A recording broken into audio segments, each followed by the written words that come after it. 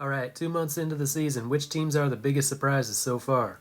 Last video, it was the top 10 disappointing teams from around the world. Teams that had high expectations going into the season. Most of them were really good last year, with most of their best talent coming back. But for one reason or another, things didn't work out, and they're suffering now. Teams listed here today had low expectations going in. Not so good last year, no major additions, but surprisingly are in a much better position than everyone had them picked to be in. And today's list is half as long.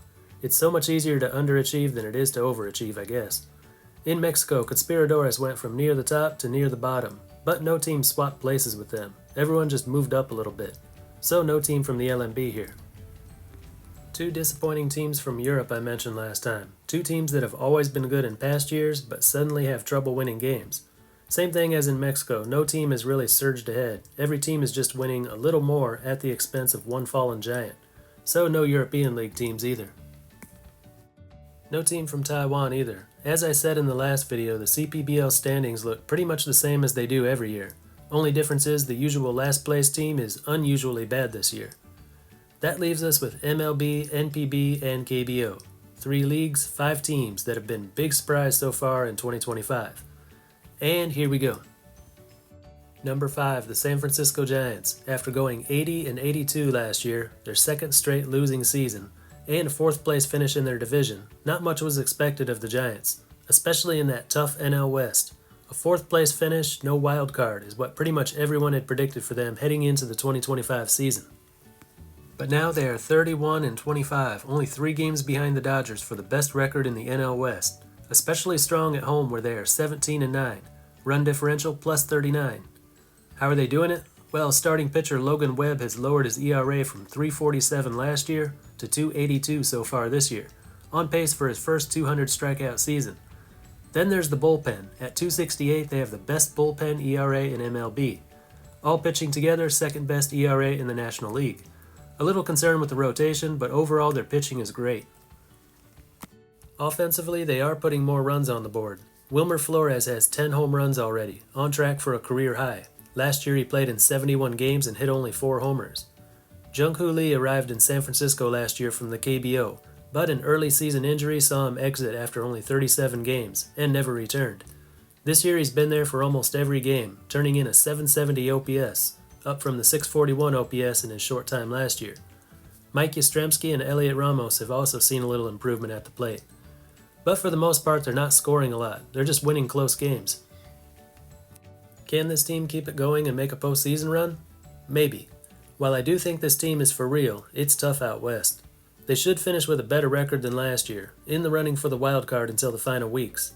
But I won't be surprised if the 4th place finish that everyone predicted for them really does come true. Number 4, from the KBO, the Hanwha Eagles. If you followed the KBO in past years, then you know all about this perennial doormat. Bottom 2 of the league every year from 2019 to 2023. Dead last 3 years in a row from 2020 to 2022. Last year was a little better, 66-76, 8th place, 1 game out of 7th, their best finish in 6 years, as they bid farewell to their old ballpark and welcome back Hyunjin Ryu. But still 10 games under 500, and 5 games out in the wildcard race. Right now they are in 2nd place, 3.5 games out of 1st, 32 wins, 23 losses. Best team ERA in the KBO, 1st among starting pitchers, 2nd among relievers. A big reason is the arrival of Cody Ponce.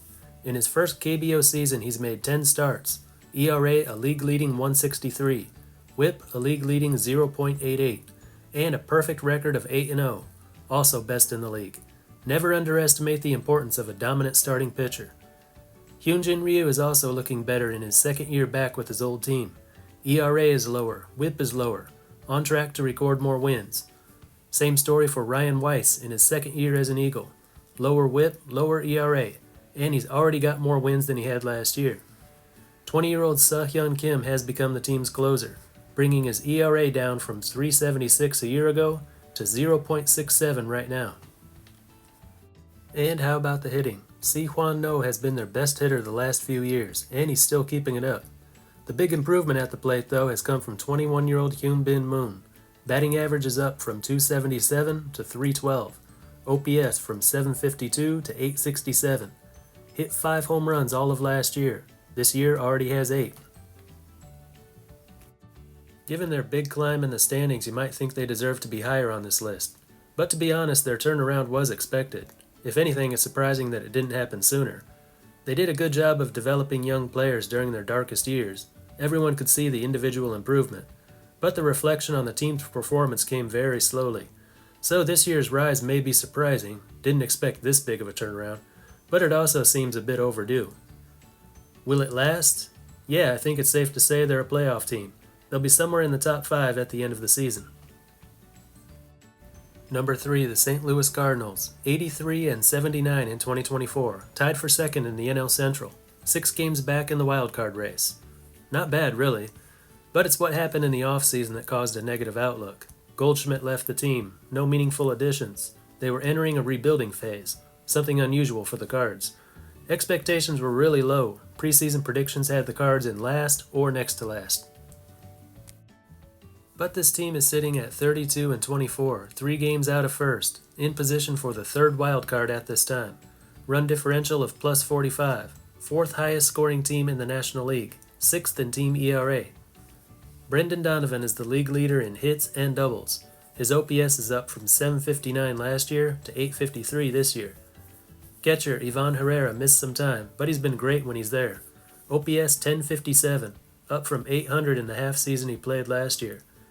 Good offense despite ranking 10th in the National League in home runs. None of the Cardinal hitters have reached double digits in home runs yet. As for pitching, Matthew Liberatore's got a 2.73 ERA in 10 starts. Last year it was 4.40 in a mix of starting and relief. Miles Michaelis has bounced back after a couple rough seasons. ERA was 5.35 last year. Through 11 starts this year, it's 3.90. Can they keep this going till the end of September, earn a wild card, or even steal the division title? I wouldn't underestimate this team, but doesn't seem like a true contender though. I'll be surprised if they make the postseason. Not too surprised though. And that's it for MLB teams, Giants and Cards. I hear a lot of people saying the Tigers are the biggest surprise this year. And yes, they've been better than expected, but if you saw them at the end of last year, it shouldn't be too much of a surprise. In the last 44 games of the season, they were 31 and 13. In the final 7 weeks, they were the best team in MLB. And they've carried that over to the first 2 months of 2025. Javi Baez has been a big surprise for them. I did not see that one coming. I don't think anyone did. But as a team, the Tigers were expected to be good. And they have been. Twins are another team we could have on here. They were the opposite of the Tigers last year. Looked like they were postseason bound, then suffered a late season collapse. The way they finished last year, add to it some injuries before the season began, and their outlook was pretty negative. They've been doing better than most people thought they would, though. Just not as surprising as what the Giants and Cards have done. Number 2, back to the KBO with the Lotte Giants. This team has the KBO's longest title drought, going back to 1992. Haven't made the postseason since 2017. All this despite having a rather large fan base, kind of like the lovable losers of the KBO. In the past 5 years, they finished 7th or 8th every time. Last year was typical, 66 and 74, for a 7th place finish, 5 games back in the wildcard race. But as of right now, they are 30 and 23, 3rd place in the KBO, 3rd highest scoring team, despite being 9th in home runs. Their .290 team batting average is easily the highest, so they're hitting the ball just not over the fence. It's actually not much of a change from last year when they were 2nd in team batting, 8th in home runs, and 3rd in scoring. No major improvements at the plate. Hitters like Junwoo Jun, Dong Hee Yoon, and Victor Reyes are doing about exactly the same this year. Not better, just consistent with last year's performance. Pitching too, one of the worst but not the worst pitching team in 2024 and 2025. New arrival Tucker Davidson leads the rotation with a 6-1 record and a 2.37 ERA. Seung Park has really improved. ERA is down from 4.78 last year to 3.34 this year. He's already won more games than he did in 2024. So the top 2 spots in the rotation look good, but it's hard to imagine a team with overall bad pitching and not much power in the lineup to remain competitive for long. Also, we saw this a few years ago, where the Lotte Giants were in first place early in the season, hung around in the top 3 for a couple months, then descended into mediocrity and missed the postseason.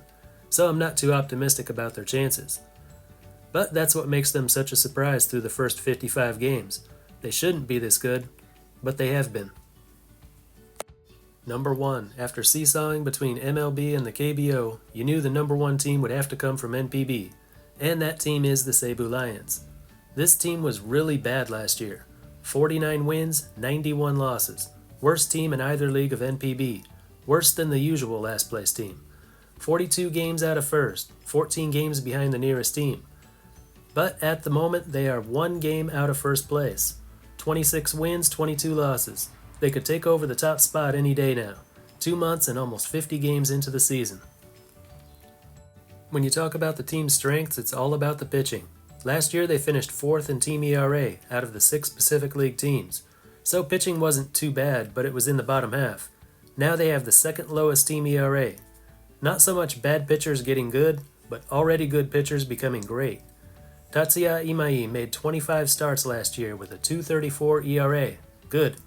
This year, 9 starts, 69 innings, ERA 0.65, WHIP 0.72. Chihiro Sumida made 26 starts last year with an ERA of 2.76. This year, 8 starts, 60 innings, ERA 1.19.